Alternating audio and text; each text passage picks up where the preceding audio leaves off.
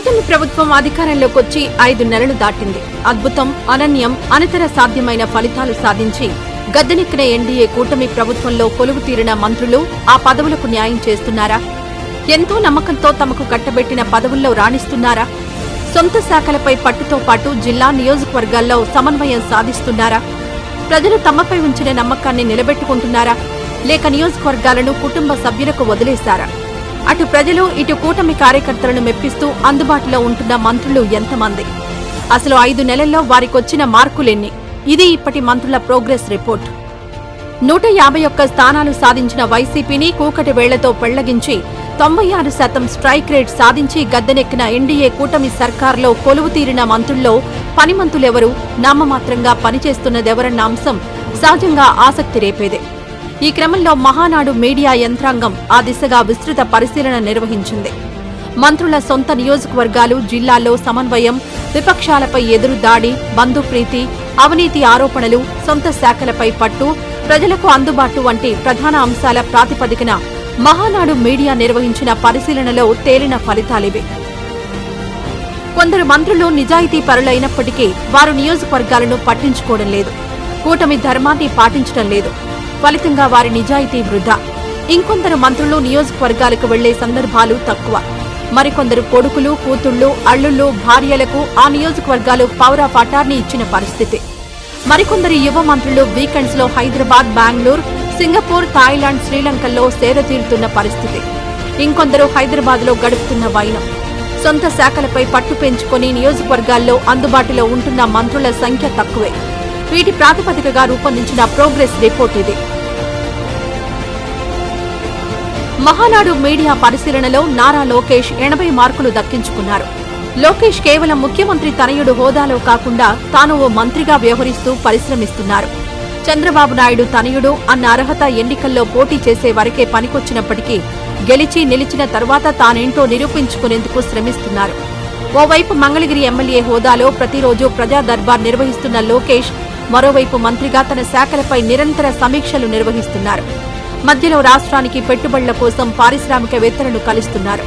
ఇవి కాక అధికారుల బదిలీలు, పార్టీ వ్యవహారాలు, పదవుల పంపిణీపైన ఎక్కువ సమయం కేటాయిస్తున్నారు. పార్టీ అధినేత సీఎం చంద్రబాబుతో ఆయన ఒక్కరే వీటిపై కసరత్తు చేస్తున్నారు. అందువల్ల ఆయనకు 80 మార్కులు దక్కడం సహజం.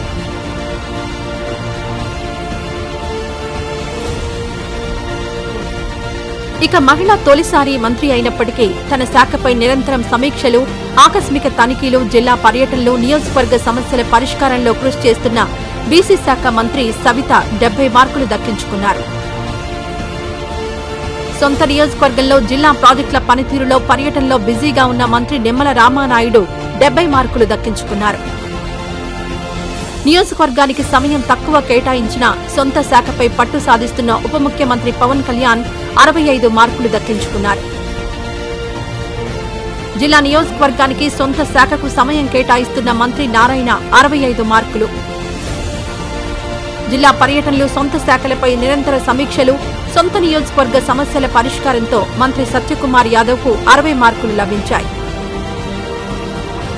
ఇక హోంమంత్రి వంగలపూడి అనితకు 50 మార్కులు, పౌర సరఫరాల శాఖ మంత్రి నాదెండ్ల మనోహర్ కు 50 మార్కులు, కందుల దుర్గేష్ కు 50 మార్కులు, కొలుసు పార్థసారథికి 45 మార్కులు, అనగాని సత్యప్రసాద్ కు 40 మార్కులు, గొట్టిపాటి రవికుమార్ కు 40 మార్కులు, బీసీ జనార్దన్ రెడ్డికి 40 మార్కులు, టీజీ భరత్ కు 40 మార్కులు, పయ్యావుల కేశవ్ కు 40 మార్కులు, కొల్లు రవీంద్రకు 30 మార్కులు, డోలా బాల వీరాంజనేయ స్వామికి 35 మార్కులు, కింజారపు అచ్చెన్నాయుడుకు 35 మార్కులు, మండిపల్లి రాంప్రసాద్ రెడ్డికి 35 మార్కులు, ఎన్ఎండి ఫరూక్ కు 35 మార్కులు, కొండపల్లి శ్రీనివాస్ కు 35 మార్కులు, గుమ్మడి సంధ్యారానికి 30 మార్కులు, ఆనం రామనారాయణ రెడ్డికి 30 మార్కులు, వాసంశెట్టి సుభాష్ 25 మార్కులు సాధించారు.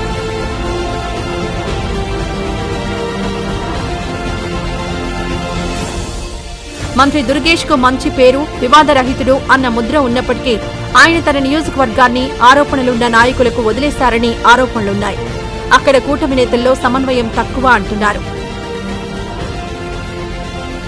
ఇక మంత్రి వాసంశెట్టి సుభాష్ చుట్టూ పాత వైసీపీ నేతలే కనిపిస్తున్నారన్న విమర్శలు లేకపోలేదు. టీడీపీ, జనసేన కార్యకర్తలను పట్టించుకోవడం లేదని మంత్రి శాఖ పరంగా ఇంకా వెనుకబడి ఉన్నారన్న వ్యాఖ్యలు వినిపిస్తున్నాయి. వాసంశెట్టి నియోజకవర్గంలో కూటమి సమన్వయం 0. ఎన్నికల ముందు పార్టీలో చేరిన వాసంశెట్టి ఇప్పటికీ టీడీపీ శ్రేణులతో మమేకం కాలేకపోతున్నారన్న విమర్శలొస్తున్నాయి. మంత్రి సంధ్యారాణి బాధ్యతల నుంచి తప్పించుకుంటున్నారన్న పేరు లేకపోలేదు. ఇక పార్టీలో సీనియర్ అయిన ఆర్థిక మంత్రి పయ్యావుల కేశవ్ ప్రాతినిధ్యం వహిస్తున్న ఆర్థిక శాఖ నుంచి వైసీపీ కాంట్రాక్టర్లకు బిల్లులు చెల్లిస్తున్న సొంత నియోజకవర్గంలో ఎక్కువ సమయం గడిపారన్న విమర్శ కూడా లేకపోలేదు. రాజకీయ ప్రత్యర్థులపై ఎదురు దాడిలో అనుభవం ఉన్న కేశవ్ ఏ కారణం చేతనో మౌనం వహిస్తున్నారు. చివరకు తన శాఖకు సంబంధించి మీడియాలో వస్తున్న ఆరోపణలపైన ఎదురు దాడి చేయలేకపోవడం ఆశ్చర్యం కలిగిస్తోంది. మంత్రి గొట్టిపాటి రవి, అనగాని సత్యప్రసాద్ ఇంకా తమ శాఖలపై పట్టు సాధించలేదని, చాలా అంశాల్లో నాన్ సీరియస్ గా ఉన్నారన్న ప్రచారం ఉంది.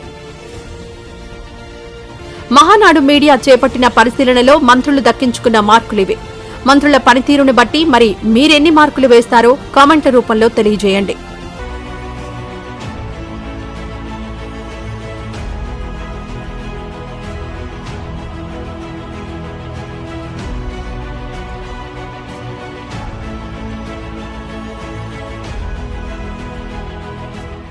ఈ వీడియో నచ్చితే లైక్ చేయండి. అలాగే మా ఛానల్ ని ఫస్ట్ టైం కనుక చూస్తున్నట్టయితే ఇప్పుడే సబ్స్క్రైబ్ చేసుకుని పక్కనే ఉన్న గంట సింబల్ ని యాక్టివేట్ చేసుకోండి. అప్పుడే మేము పెట్టే ప్రతి వీడియో మీకు నోటిఫికేషన్ గా వస్తుంది. అలాగే ఈ వీడియో పూర్తిగా చూసినందుకు ధన్యవాదాలు.